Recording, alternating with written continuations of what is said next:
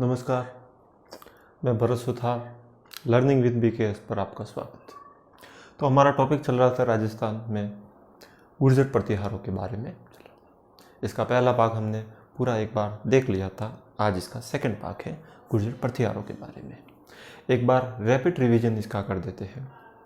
सबसे पहले है वह, इनके बारे में आपको ये याद रखना है कि ऋषि वशिष्ठ के द्वारा जो यज्ञ किया गया था आबू में, इसमें 4 क्षत्रिय शासकों की जो उत्पत्ति हुई थी और उसमें एक शासक है वो गुर्जर प्रतिहार भी थे, ऐसी ये पुरानी मान्यता है, जिसका समर्थन है वो मोणोनैंसी और सूर्यमल मिश्रण के द्वारा किया गया था।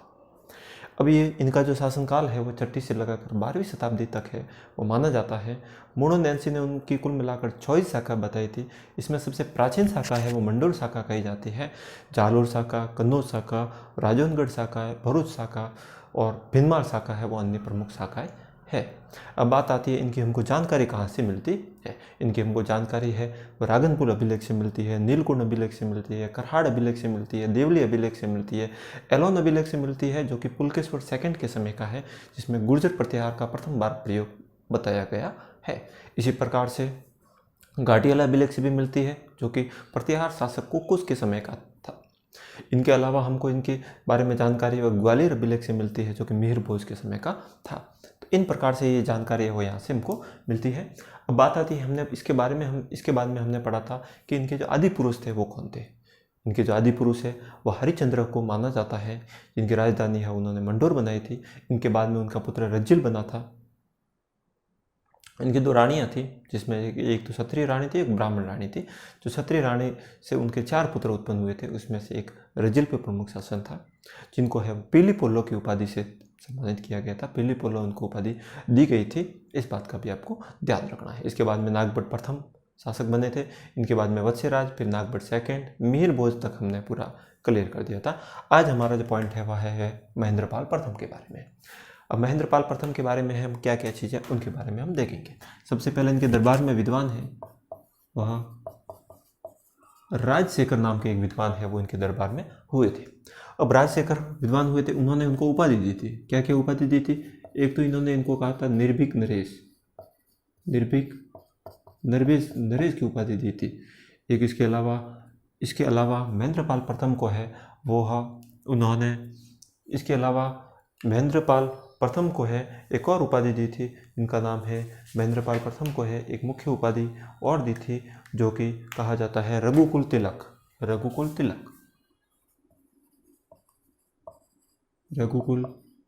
तिलक की उपाधि दी गई थी। इसके अलावा एक और उपाधि दी थी जिसका नाम है रघुकुल ग्रामणी। ये उपाधि उन्होंने है और बाल भारत नामक एक ग्रंथ में दी थी। अब बात आती है इन्होंने कौन कौन से ग्रंथों की रचना की। तो सबसे पहले है वह उन्होंने कर्पूर मंजरी, काव्य मीमांसा, विद्व, सालभंजिका, भुवन कोश, इसके अलावा बाल रामायण, बाल भारत नामक इन्होंने ग्रंथों की रचना की थी। इन्होंने है वह महेंद्रपाल प्रथम को है निर्भीक नरेश और रघुकुल तिलक और रघुकुल ग्रामणी की उपाधि दी थी। तो ये महेंद्रपाल प्रथम के बारे में है, वह इंपॉर्टेंट बात आती है। इनके बाद में हम देख लेते हैं महिपाल के बारे में। अब महिपाल के समय है, ये भी है राजशेखर है, वही दोनों शासकों के समकालीन है। वह एक विद्वान थे जो दोनों शासकों के समकालीन थे। इनको है उन्होंने उपाधि दी थी रघुकुल मुक्तामणि की उपाधि है उन्होंने महिपाल को दी थी।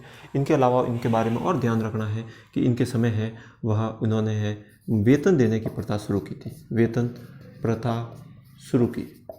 इन्होंने है वो वेतन देने की प्रथा शुरू की थी। इसके अलावा इनके समय एक अरब यात्री जिनका नाम था अल मसूदी है, वह राज्य की यात्रा करने पे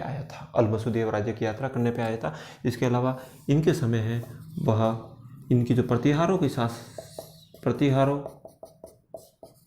की शक्ति है वो क्षीण होने लगी, यानी कम होने लगी। इनके बाद के जितने भी शासक थे इनमें गुर्जर प्रतिहारों की शक्ति है वो धीरे धीरे कम होने लगी।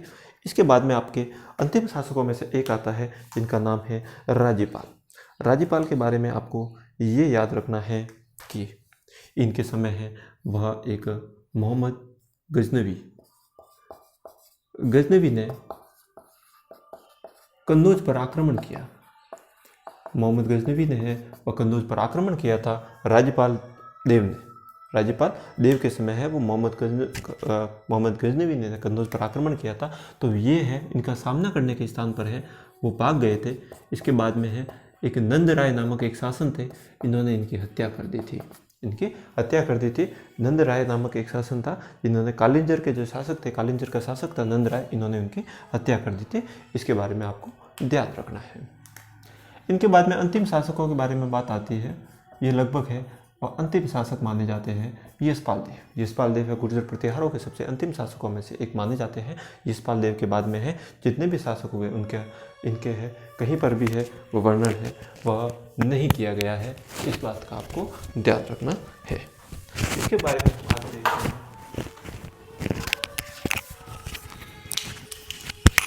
बंद कर जाएगी क्लास आ रही है।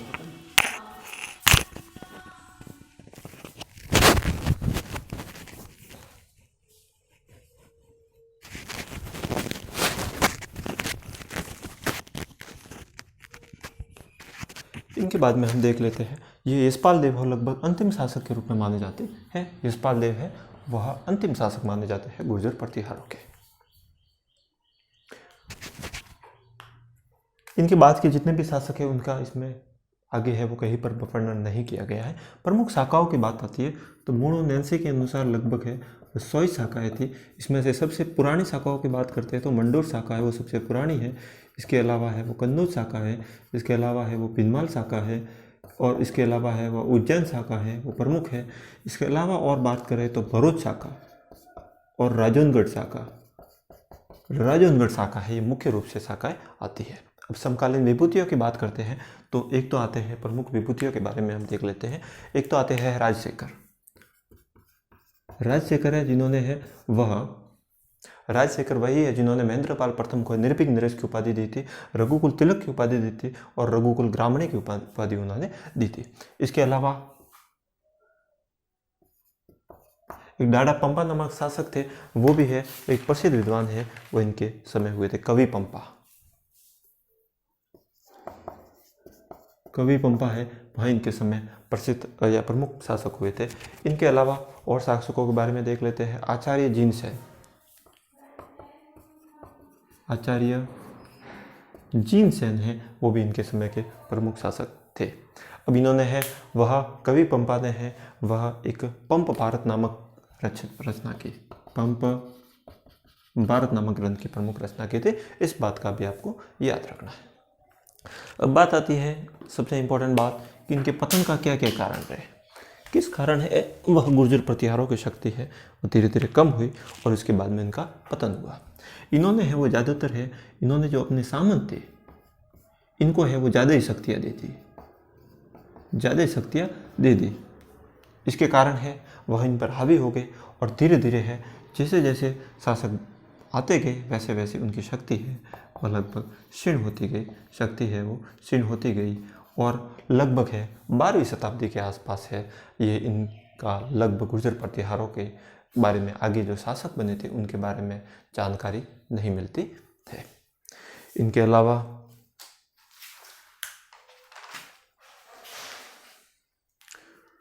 तो ये मुख्य रूप से है वह गुर्जर प्रतिहारों के शासकों के बारे में प्रमुख जानकारियाँ है वो आती है।